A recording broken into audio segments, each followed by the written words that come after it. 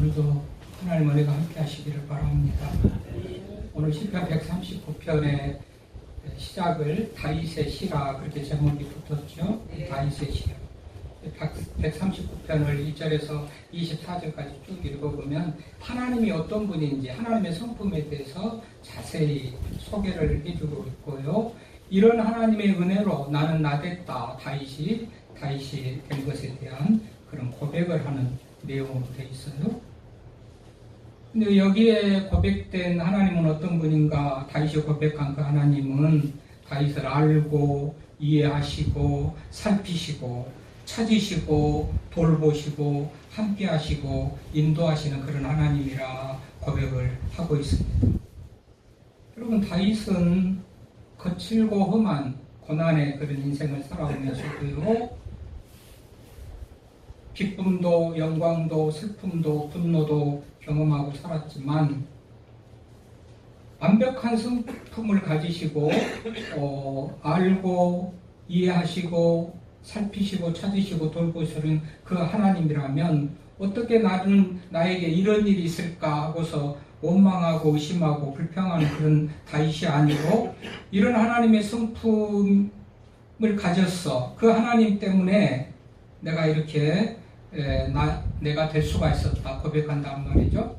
그럼 다윗이 나면서부터 죽을 때까지 항상 형통하고 복되고 그런 삶만 살았던 다윗이 아니고 우리가 알거니와 지난 시간에도 아들이 반역을 하기도 하고 이복 자식들 간에 살인사건이 일어나기도 하고 참으로 파란만장한 가정의 아픔을 겪으면서 다윗이 왕이 되고 영광을 누리는 왕이 되었지만 그러나 어떤 순간에도 하나님이 그렇게 함께 하셨기 때문에 내가 될 수가 있었다 이렇게 고백을 해요.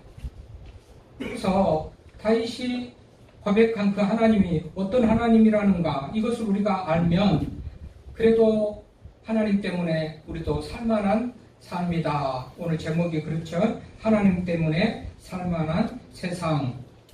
자, 다윗의 일생에 하나님이 간섭하셔서 개입하셔서 그하고 함께 하시는 그런 하나님.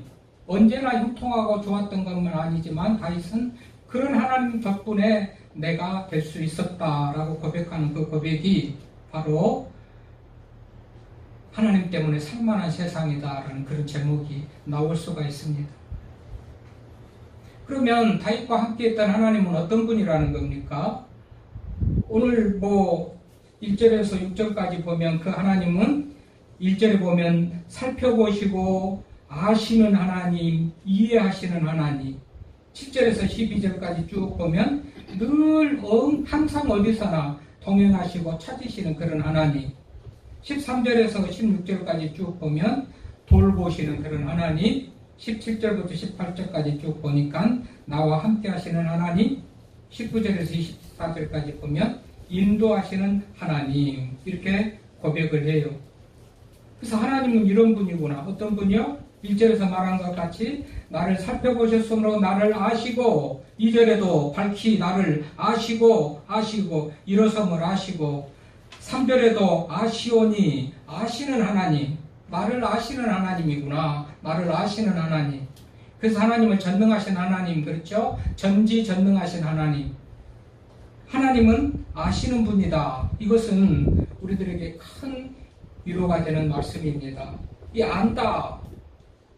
억울하게 모함 받는 것을 알고 누명 쓴 것을 알고 고통당할 때도 너는 결백하고 아무런 잘못이 없지만 대적자들이 너를 이렇게 힘들구나 하는 것을 하나님이 다 아신다. 이런 말이에요.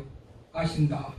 다 알고 다 알기 때문에 어떻게 하시겠어요? 공의로우신 하나님, 정의로우신 하나님은 공평하게 보수해 주시기도 하고 심판하시기도 하고 그러겠죠?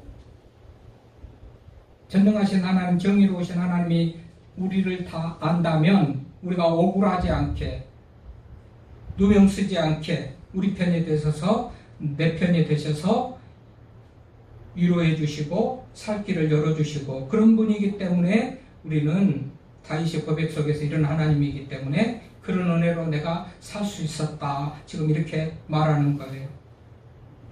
근데 아는 것은 살펴보기 때문에 알겠죠? 아는 것은 그냥 보고 누구다, 보고 어쩌다 판단하는 게 아니고 아침부터 저녁까지 혹은 젊을 때부터 늙을까지 삶의 여정을 쭉 살펴보니 아는 거예요. 그래서 1절에 주께서 나를 살펴보셨으므로 나를 아시나이다. 다윗은 하나님이 자기들을 다 살펴봤다고 고백해요. 그래서 알고 하나님께서 때로는 힘들게도 하고 어려운 일을 만나기도 하지만 결국은 마지막에 최후의 영광을 주고 승리를 주신 분이 하나님이다 이렇게 고백을 해요. 그런 의미에서 하나님이 우리를 살펴보고 아신다는 것, 이것은 우리들에게 큰 위로가 된 줄로 믿습니다. 여기서 살펴본다, 이거는 뭐 감시하고 감독한다 그런 말이 아니에요. 잘못하기만 해봐라. 무슨 잘못을 하든지 크고 작든지 가만히 두지 않고 내가 벌을 내리겠다 하고서 감독하고 감시하고 살피고 이런 하나님이 아니고, 억울한 일 당하지 않도록, 힘든 일 당하지 않도록 그렇게 살피시는 그런 하나님이라는 거예요. 그래서 이 살펴보신다, 감찰한다라는 용어인데, 이 말이 사용되는 데를 또 보면 그야말로 절대적으로 위로가 필요할 때, 억울할 때 하나님께서 살펴보시고 은혜를 베푸셔요. 여러분 창세기 3장 16절에 보면요, 16절 13절에 보니까 하갈이 집에서 쫓겨나요. 하갈은 사라의 몸종이었지요. 근데 아브라함의 가정에 자손이 없는 거예요. 다 늙어가지고 아이를 낳을 가능성이 없을 때까지도 아이가 없으니까 이 사라가 대가 끊기면 안 되겠다 생각해가지고 몸종이었던 하갈을 남편에게 맞이하면 결혼을 하게끔 해서 이스마엘이 태어나고, 이런 과정을 믿음 생활 조금 했던 분들은 알죠? 그런데 대를 잇기 위해서 사라가 그런 계획을 세워가지고 그렇게 했지만 아이가 자라는 것을 보면서 자기는 아들이 없는 상황에서 시기 질투가 납니다. 그래서 그 하갈을, 자기의 계획하에서 이루어진 그 일이거든요. 하갈의 잘못은 없어요. 그런데 집에서 쫓아내요.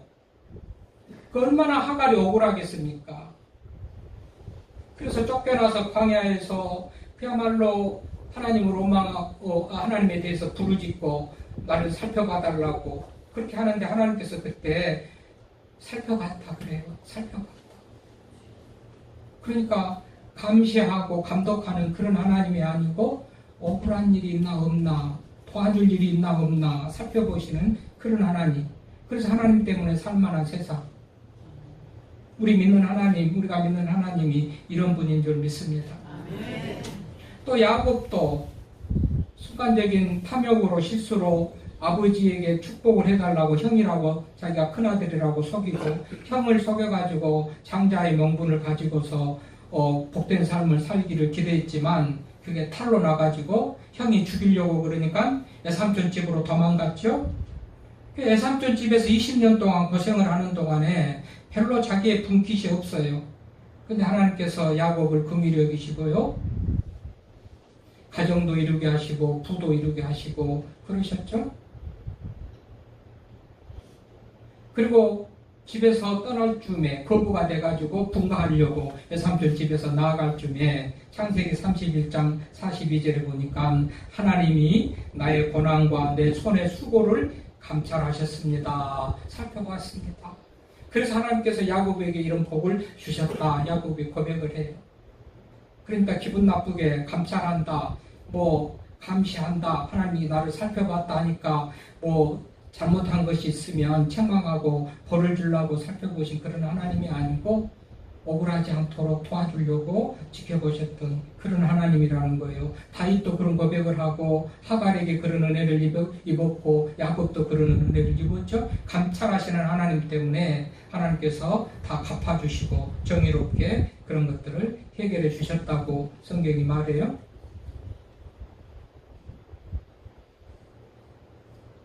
그래서 살피고 아시고 감찰하시는 그런 하나님. 여러분 말씀을 준비하다 보니까 이런 얘기가 있대요. 눈썹이 없는 여인이 있어요. 눈썹은 없지만 아주 아름다운 여인이어서 주변의 남성들이 자꾸 대시를 합니다. 그래서 조금 사귀다가 헤어지고 조금 사귀다가 헤어집니다. 왜요? 자기가 눈썹이 없는 것을 알면 남자들이 떠난다는 거예요. 그래서 여러 사람을 만났지만 떠나고 나이가 많도록 결혼을 못하는 그런 상태가 있는 눈썹 없는 여인. 어찌하다가 연탄장수하는 남편을 만나가지고 그래도 행복한 삶을 살아가고 있습니다. 남편보다도 일찍 일어나서 세수하고 눈썹을 그리면서 눈썹이 없다는 것을 숨기고 남편보다 늦게 자고 그렇게 하면서 남편은 내가 눈썹이 있는 줄로 안다. 없는 것을 모른다. 그러면서 조심하면서 준비하면서 살아요. 어느 날 남편과 함께 연탄을 배달해야 될 직원이 몸이 아파가지고 결근을 한 거예요. 그런데 남편 혼자 할 수 있는 일이 아니어서 그래도 도와줘야 되겠다 하면서 단단히 마음을 먹고 남편 연탄 나르는 일을 도와줍니다. 그런데 그 일이 얼마나 힘듭니까? 우리 윤정재 집사님도 연탄 가게를 합니다만은 우리도 연탄 많이 얻어다가 또 천사운동 하면서 많이 날라도 줬잖아요. 참 개척 초기에 집사람이랑 저랑 연탄 날라주고 참 집에 창고까지 쌓아두고 막 고생을 했는데요. 얼마나 힘들어요. 땀을 뻘뻘 흘리겠죠? 남편이 목에 걸었던 수건을 가지고 와서 아내를 닦아주려고 그럽니다. 아내가 참 긴장을 하고 정말 말리고 싶은 그런 상황인데요. 남편은 그 수건 가지고 이마를 닦아주고 얼굴을 닦아주고 다행히도 눈썹을 안 닦습니다. 그런데 이 남편이 말합니다. 여보, 내가 당신 눈썹 없는 거 다 알아요. 진즉부터 다 알아요. 내가 사랑한 것은 당신이지 당신의 눈썹이 아니에요. 그러면서 눈썹 없는 것에 대해서 다 알고 알지만 사랑했다. 여러분 우리 하나님께서 다 아신다고 그러잖아요. 아신다. 우리의 필요를 아시고 약점을 아시고 부족한 것을 다 아시고 도와주려고 살펴보고 그래서 도와줘요. 그래서 다윗은 그런 하나님의 은혜에 대해서 나를 살펴보셨으므로 나를 아시나이다. 내 생각을 밝히 아시오며 나의 모든 행위를 익히 아시오며 일어섬을 알고 앉고섬을 아시고 하나님 아신다. 그런 의미에서 우리가 믿는 하나님은 선하시고 좋으신데 우리의 모든 필요를 아시는 하나님께서 우리들에게 야곱에게 하갈에게 했던 그런 은혜를 주실 줄로 믿고 우리들이 위로와 평안이 있기를 바랍니다. 하나님이라는 거예요. 하나님. 그러니까 하나님 때문에 살만한 세상. 이 야곱이 고백하는 것을 보니까 살피심으로 우리를 의의 길로 인도하신다. 쭉 말씀해 보면요. 이제 정말 찾기까지 찾으시는 그런 하나님의 모습이에요. 7절부터 쭉 보니까 찾기까지 찾아요. 자, 이 말씀의 근거가 뭡니까? 8절에 보니까 하늘에 올라갈지라도 거기 계시고 수월에 내려가서 자리를 펼지라도 거기 계시고 내가 새벽 날개를 치며 바다 끝에 가서 거주할지라도 거기서도 계시는데 거기서 계신 하나님을 말하면서 10절에 거기서도 주의 손이 나를 인도하시며 그래요? 그러니까 하나님이 어디 가시든지 계세요. 물론 하나님이 무소부재하시고 어디서나 계신 분이지만 특별히 다윗이 갈 때마다 다윗이 가는 곳마다 하나님이 계셨어요. 왜 그러죠? 주의 손으로 인도하시려고 계셨다는 그런 말이에요. 한마디로 이것은 우리가 하나님은 우리를 찾고 찾으신다. 여기가도 있고 저기가도 있고 찾아서 오셔서 주의 손으로 인도하려고 잘못된 길로 가면 인도하려고 하나님께서는 찾고 찾으셨구나 이런 사실을 말씀을 통해서 알 수가 있잖아요. 여러분 하나님이 나를 찾으시고 살피시고 아시고 그걸 한마디로 하면 관심이 있다. 하나님은 나에게 관심을 보인다. 그래요? 여러분 관심 받지 못하는 것이 얼마나 괴로운 것 알지요? 네. 무관심보다 차라리 미워할지라도 미워하는 관심이라도 받은 게 더 좋지 관심을 못 받은 것에 대해서 굉장히 불행한 그런 인생이에요.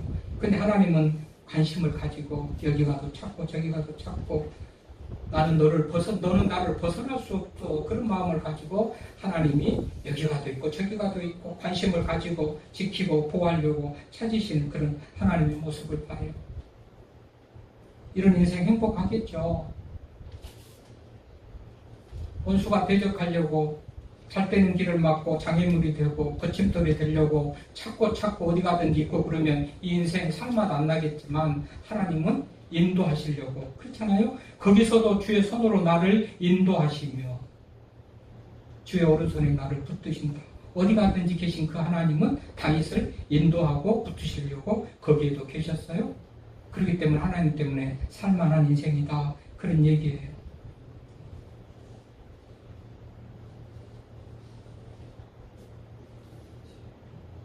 여러분 마치 우리 동네에서는 별로 그런 거 못 보겠습니다만은 새로 지은 아파트 단지에 가면 그 아파트 단지의 놀이시설 뭐 위험한 곳 골목 이런 것들이 다 CCTV로 해가지고 안방에서 볼 수가 있다죠. 그러니까 아기 엄마들이 설거지를 하면서도 모니터를 보면서 놀이터에 놀고 있는 아이를 지켜본다고 하잖아요. 그러면 아이를 감시하고 무슨 뭡니까 그냥 잘못한 거 그런 거 잘못하는가 보려고 감시하고 감독하는 겁니까? 아니잖아요. 위험한 일이 이르르면 지키고 보호하려고 눈을 떼지 못하고 그 모니터를 보고 있는 것 같이 하나님께서 우리를 살피시고 어디 가든지 있으면서 우리를 지켜주시는 그런 하나님이다.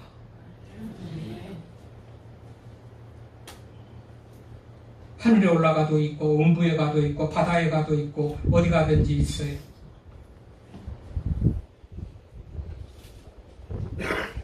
그러니까 하나님이 어디 가시든지 계시기 때문에 이거는 불신자들 안 믿는 자들에게는 아주 큰 부담이겠죠. 하나님이 보고 감시하고 감독하고 그런 모습으로 불신자들은 받아들이겠지만 믿는 자들에게는 우리가 아버지라고 부르는 하나님이시잖아요. 그분이 우리를 지키고 보호하신다는 것은 우리가 안전하게 평안하게 살 수 있는 그런 환경 여건들을 보장하려고 우리 하나님이 우리를 지키고 보호하신다. 그런 얘기예요.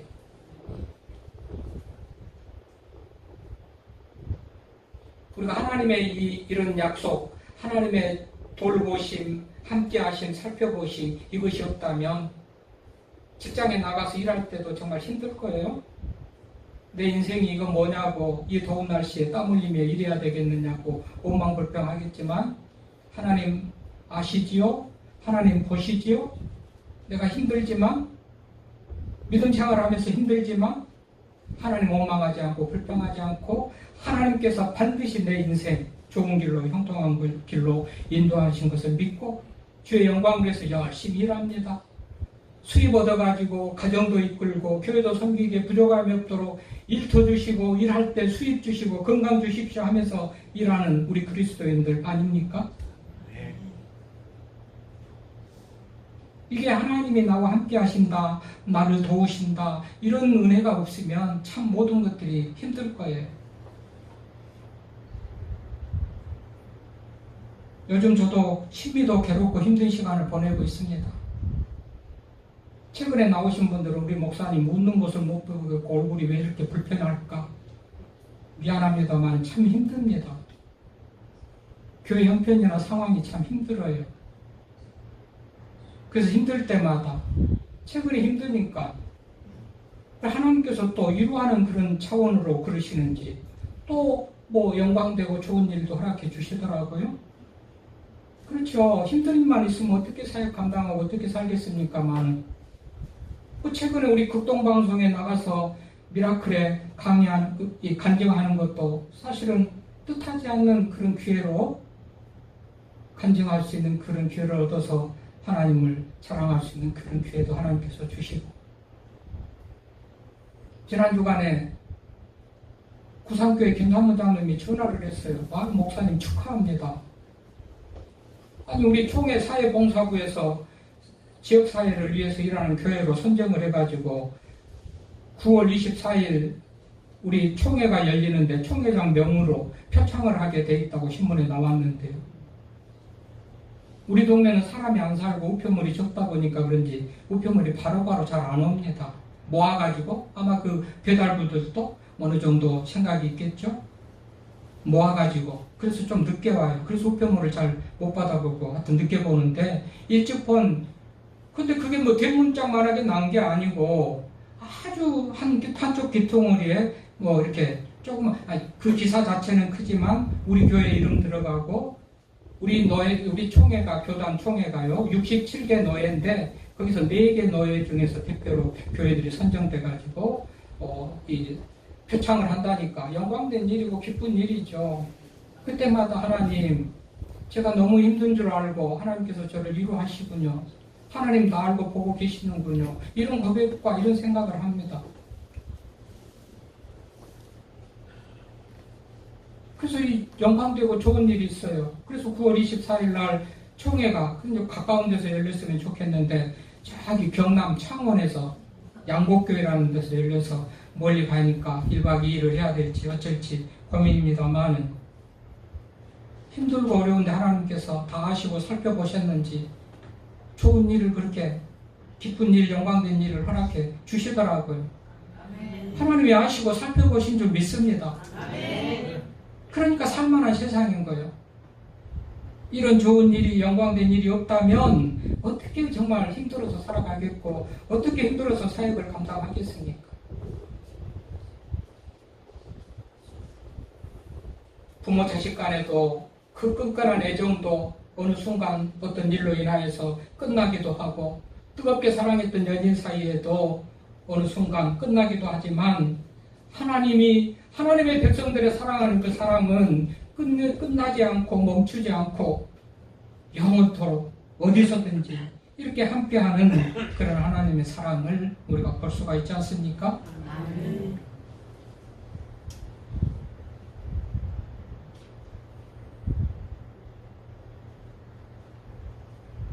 시력이 안 좋아가지고 눈에 문제가 있나 보다 하고 눈 수술을 하러 갔어요. 젊은 아내가 남편과 함께 수술이 잘못돼가지고 아예 시각을 잃어버리는 그런 불행한 일이 생겨요. 수년 동안을 눈 감고도 다닐 수 있도록 다녔던 직장이고 눈이 멀어도 할 수 있는 일이어서 그러는지 그래서 계속 직장을 다닙니다.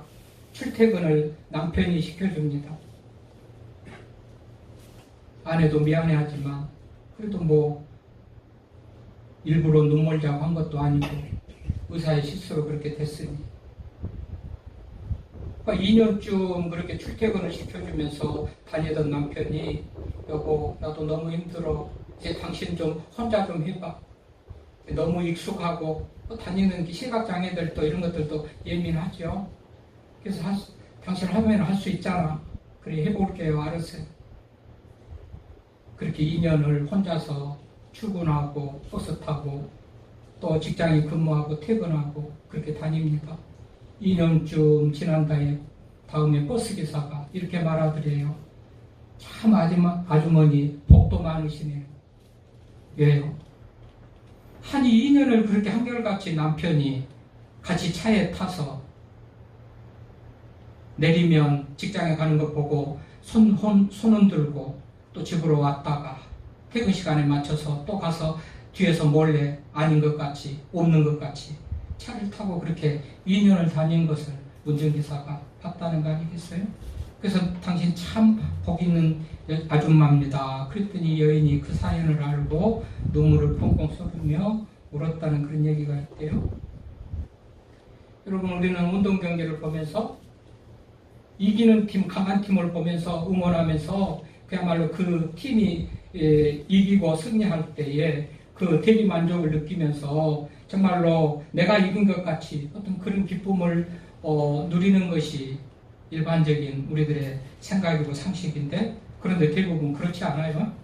운동 경기를 보다가 어느 팀을 응원하지요? 지고 있는 팀을 응원해요. 약점을 응원해요. 이런 하나님이시구나. 이 하나님의 마음, 이 하나님이 이렇구나. 천만 다행히도 하나님께서 강자의 하나님, 이긴 자의 하나님, 승자의 하나님이 아니고 약자의 하나님이 돼가지고 이렇게 은혜를 베푸시기 때문에 그가 승자가 되고 강한 자가 되고 하나님의 영광을 얻는 자가 되는구나, 이런 생각을 해보게 됩니다. 하나님은 약자의 하나님이셨어요. 늘 그랬죠? 고아와 과부를 신원하고 가난한 자, 병든 자, 왕따 당하는 사람, 외롭고 병약한 사람, 장애인의 친구가 되어주고 고쳐주고, 예수님도 그러시잖아요. 과부, 노숙자들, 예수님의 관심, 하나님의 관심. 여러분, 그런 의미에서 성경적인 가르침, 그것을 믿는 우리들은요, 약자 편이 되는 게 좋습니다. 아니, 돼야 됩니다. 약자 편이 돼야 돼요. 하나님도 그러셨잖아요. 그리고 예수님이 본을 보여주셨잖아요. 힘 있는 사람, 강자 편, 이건 성경적이지 않습니다.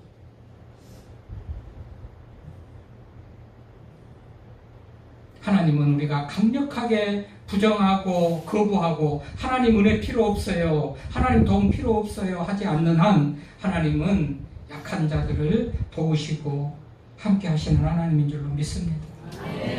그래서 18절에 보니까 내가 쉬려고 할지라도 그 수모가 모래보다 많소이다. 내가 뛸 때에도 여전히 주와 함께 있나이다. 하나님 함께 하시는 하나님이요. 그래서 예수님의 별명이 뭐예요? 임마누엘. 항상 우리와 함께 하시다. 임마누엘. 하나님의 별명이요. 그 하나님 우리와 함께 하셔요. 다윗도 그런 경험을 했기 때문에 하나님이 나와 함께 하시구나. 힘들 때 어려울 때 하나님이 내 곁을 떠나고 없고 나 혼자인 줄 알았더니 하나님께서 나와 함께 하시구나. 그것을 알고 하나님이 함께 하신다. 나와 함께 하시는 하나님, 여러분과 함께 하신 줄로 믿습니다. 다윗, 하나님이 모든 천지 만물을 창조하시고 하나님이 세상을 이처럼 사랑하시고 세상을 구원하기 위해서 아들 예수 그리스도를 이 땅에 보내셨는데 다윗만 구원하려고 보낸 것이 아니잖아요. 우리를 모두를 구원하려고 보내신 그 하나님은 우리를 사랑하신 줄 믿습니다. 그렇기 때문에 하나님 때문에 살만한 세상인 겁니다. 또 24절 마지막 줄을 보니까 내게 무슨 악한 행위가 있나 보시고 나를 영원한 길로 인도하시는도다. 다윗은 인도하시는 하나님을 경험하고 하나님이 나를 인도하신다 그래요. 여러분, 요즘에는 내비게이션 딱 치면은 가보지도 못하는데 어디고 다 찾아가죠? 옛날에 내비게이션이 없을 때는 참 길 찾아가기 힘들었죠. 여러분들이 붙여준 대로 인간 내비게이션 강대성 목사는 어디든지 정말 잘 찾아갔습니다만은 대부분 길을 못 찾아가고 했네요. 요즘에는 내비게이션이 생겨가지고 제가 진가를 발휘하지 못하고 가치가 좀 떨어졌는데, 내비게이션 딱 치면 찾아가잖아요. 어디든지. 그런 것 같이 하나님께서 인생의 내비게이션, 다윗의 내비게이션이 되셔서 그 길을 인도하셨다 이렇게 말해요. 얼마나 하나님이 좋으신 분인지요. 얼마나 믿을 만한 분인지요. 그렇기 때문에 하나님 때문에 살만한 세상입니다. 하나님은 우리의 인도자신다. 살피고 아시고 지키고 보호하시고 찾으시고, 오늘도 말씀을 통해서 길을 안내하고 영생의 길을, 행복의 길을 안내하죠. 말씀을 통해서. 설교자를 통해서도 또 생명의 길을 듣게 하고 말씀을 안내하고 그러지 않습니까? 그러므로 나와서 예배드리는 것이 여러분에게 복인 줄 압니다. 길을 안내해 주시는 거예요. 지난주일에 자리가 좀 텅텅 비어서 휴가철이 참 밉고 명절이 밉다 그랬더니 현장에서 인터넷으로 설교를 듣는 분들이 나 듣고 있어요, 보고 있어요, 그렇게 해주셔서 격려가 되고 위로가 됐는데요. 바로는 못 내중에 알았지만 어쨌든 여러분, 말씀을 듣는 것이 큰 복이고 은혜인 줄 알아요. 왜 하나님의 말씀이고 그 말씀을 통해서 우리를 복된 길로 인도해주는 내비게이션이란 말이죠.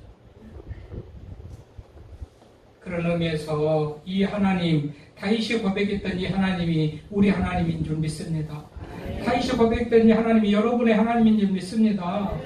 그러므로 하나님으로 인하여서 위로와 평안을 얻고 소망 가운데 나아가는 여러분 모두가 될 수 있기를 바랍니다. 하나님 감사합니다.